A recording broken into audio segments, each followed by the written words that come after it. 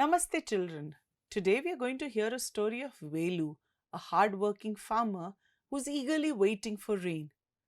This story is by Kamakshi Balasubramaniam and is a story that captures the vagaries of nature and its impact on farming. It also highlights the wisdom and understanding the natural cycle of renewal and balance gives to nature. So our story begins as Velu opens his eyes in the early hours of the morning. I hope it rains at least today, he thought. Velu was a farmer. The sun was beginning to rise, glowing crimson like fire. Velu scanned the sky. There was not a single cloud. It doesn't look encouraging, he muttered to himself and got up. Rain or no rain, a farmer wakes up early. Velu worked hard. His piece of land had never failed him.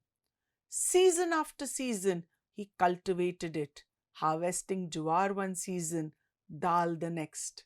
Throughout the year, he worked, never thinking of rest or taking a holiday.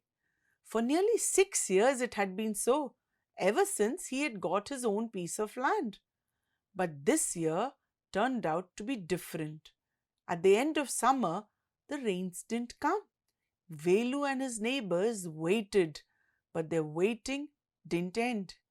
Days, weeks, months passed, and still there was no rain. The fields lay untended, the earth hardened, crusted, and cracked. The barren land looked forlorn, and farmers entirely lived on hope. Every day they hoped that the rains would come. Someone said, "We ought to talk to some astrologers. They can tell us what will please the heavens, and the heavens will send down the rain." But Velu didn't agree. "The rains have come all these years without any such consultations," he said. "I can't see how talking to an astrologer will bring rain." So Velu decided to go to the weather office in the city and talk to someone. But the people at the weather office said they couldn't really tell him when the skies would gather the clouds and bring rain. "We are at a loss ourselves," they exclaimed. "So many favorable conditions, but still no rain. Very odd." Velu too was at a loss. He walked back to the village, tired and dejected. He was thirsty and the dust made him cough and sneeze. He decided to rest for a while. He saw a large tree. Its shade was cool and inviting. As he sat down, he noticed that an old woman was also sitting there, sheltering herself from the sun. So children, do you think the old woman will be able to help Velu? Or will Velu's wait for the rain continue? Or will the old woman send rain? Now the old woman in the story is shown as being very old with wrinkled skin, but her eyes sparkled when she smiled. Velu asked her, "What are you smiling at, Amma? Without the rains, there's nothing to smile about." "Yes, yes, you are right," the old woman said, the smile leaving her lips. Velu sighed bitterly and said, "I wonder what I have done to deserve this. I have worked hard and honestly, yet I am punished. Without rains, I cannot till the land, and if I don't till the land, no crop will grow. How shall I feed my family?" The old woman thought he was opening his heart to her. She gently said, "Perhaps you've worked too hard." Velu frowned. "What do you mean? Can anyone work too hard?